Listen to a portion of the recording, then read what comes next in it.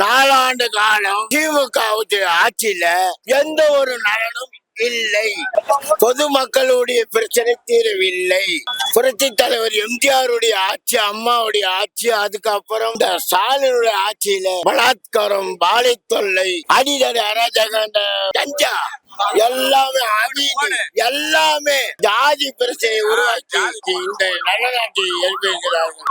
எல்லாத்துக்கும் திமுக ஆட்சி பதில் சொல்ல வேண்டும். வருங்காலம் நல்லதாக அமைய வேண்டும். புரட்சி தமிழர் எடப்பாடி அமைய வேண்டும்.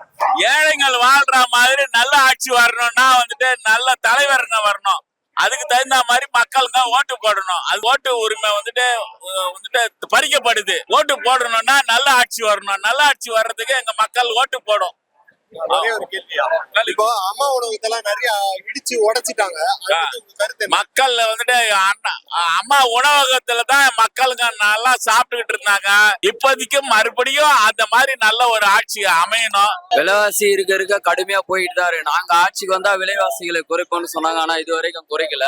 அடுத்தபடியா படிச்ச இளைஞருங்க வேலை வாய்ப்பு திறனை ரொம்ப குறைஞ்சிருக்கு. ஓப்பனா சொல்லணும்னா லஞ்சம் கொடுக்கறவங்களுக்கு தான் வேலை கிடைக்குது. அது இந்த நாட்டுடைய சீர்கேடான ரொம்ப கெட்ட பேரை தான் கொடுக்குது. யாரு முதலமைச்சரா வந்தாலும் அவங்க நல்லபடியா நல்லாட்சி பண்ணாதான் அடுத்த முறை அவங்களே அமைச்சரா வர முடியும். அது மட்டும் இல்லாம கான்ட்ராக்ட் தொழிலாளர்கள்லாம் அதிகமா பாதிக்கப்படுறோம். இந்திக்காரங்க வராங்க தமிழ்நாட்டுல, நம்ம வாழ வைக்கிறோம். ஆனா அவங்க வாங்குற சம்பளத்தை விட நம்ம குறைஞ்ச சம்பளம் தான் வாங்குறோம்.